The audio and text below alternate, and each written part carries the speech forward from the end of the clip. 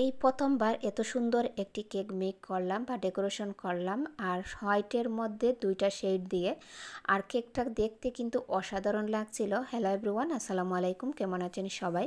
প্রথমে বলে দিচ্ছি, আমাদের বেসিক বেকিং 33তম ব্যাচের ক্লাসে অলরেডি 12 জন হয়ে গিয়েছে সিট বুকিং। যারা 34তম ব্যাচটি করতে চান সিলেট সিটি আম্বরখানা এয়ারপোর্ট রোডে, তারা কিন্তু আমাদের 34তম ব্যাচের সিট কনফার্ম করতে পারেন। 25শে মে থেকে 34তম ব্যাচ শুরু হবে, আর 33তম ব্যাচ 16 তারিখ থেকে শুরু হচ্ছে। তো যারা আমাদের এই ক্লাসগুলো করতে চান যোগাযোগ করতে পারেন অথবা কল করতে পারেন। এটা সিলেট সিটি এয়ারপোর্ট রোড চৌকিদিঘিতে পড়েছে। এদিকে কথা বলতে বলতে আমি এখানে 2 পাউন্ডের একটা কেক মেক করে নিয়েছিলাম আগে থেকে। তারপরে এটাকে 3টা লেয়ার করে সুগার সিরাপ দিয়ে ক্রামকুট করেছি। তারপরে ফাইনাল ফিনিশিংয়ের জন্য এভাবে ক্রিম দিয়ে আমি ফাইনাল ফিনিশিং করে নিচ্ছি। আর আপনারা স্ক্রিনে লক্ষ্য করতে পারছেন কীভাবে ফিনিশিংটা নিয়েছি। এই টাইপের কেকটা আমি কিন্তু প্রথমবারই বানাচ্ছি। আর এই কেকটি দেখতে মাশাআল্লাহ অনেক সুন্দর লাগছিল। 2 পাউন্ডের মধ্যে কেকটি অনেক হাইট হয়েছিল, অনেক বড় হয়েছিল। প্রথমে হোয়াইট কালারের ক্রিম দিয়ে আমি ফিনিশিং করে নিয়েছিলাম, দেন এখন হোয়াইট পিঙ্ক দিয়ে এভাবে আমি একটু শেড করে নিচ্ছি। আর এই শেডটা এত ভালো লাগছিল, যেন শান্তি শান্তি একটা কেক লাগছিল। তারপরে আমি এভাবে কার দিয়ে খুব সুন্দর মতো স্মুথ করে নিয়েছি।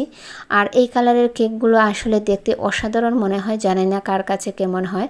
তো আপনারা চাইলে এভাবে ডিজাইন করতে পারেন আপনাদের পছন্দ মতো যে কোনো কালার দিয়ে। আর কেকটি আমার কাছে অর্ডার করেছিল আমার অ্যাসিস্ট্যান্ট, মানে আমার হেল্পার, যে আমার সব কাজগুলো করে। আপনারা হয়তো তাকে আগে অনেকবার ভিডিওতে দেখেছেন। আর তার বোন অন্য একটা বাসায় কাজ করে, তো সে আমার কথা বলেছিল। তো সেখান থেকে এই কেকের অর্ডারটা আমি পেয়েছিলাম। তারপরে এভাবে আমি চামচ দিয়ে কিছুটা শেডের মতো করে দিয়েছি, আর পাতা নজল দিয়ে খুব সুন্দর মতো এখানে পাতা ওয়ার্ক করে নিচ্ছি। আসলে এই কাজটা দেখতে মানে কেকের উপরে এতটা ভালো লাগছিল। আপনারা চাইলে যে কোনো নজল ইউজ করতে পারেন। তো এখানে আমি হোয়াইট কালারের ক্রিম দিয়ে ফুলগুলো দিয়েছি। দেন এখন মানে পিঙ্ক কালারের 2টা ফ্লাওয়ার দিয়ে দিব, আর ছোটো করে এখানে আবার ফ্লাওয়ার দিয়ে দিচ্ছি। মানে এটা মানে একেবারে ছোটো একটা যে পাতা নজল আছে সেটা দিয়ে দিয়েছি। আর এখন আমি ফ্লাওয়ার তৈরি করে নিচ্ছি। ফ্লাওয়ারের জন্য এখানে 124 নম্বর রোজ নজল নিয়েছি। আর তারপরে এই ফ্লাওয়ারগুলো বানিয়ে কেকের উপরে বসিয়ে দিব। দেখেন কেকের উপরে যে ফুলটা আমি বসাবো সেটা এত সুন্দর হয়েছিল। আর ওনারা যে রেফারেন্স পিকচারটা দিয়েছিলেন সেখানে কিন্তু আর্টিফিশিয়াল ফুল ছিল। তারপরে আমি ক্রিম দিয়ে দিয়েছি এই ফুলগুলো, ওনারা কিন্তু এটা স্কিপ করেছিলেন।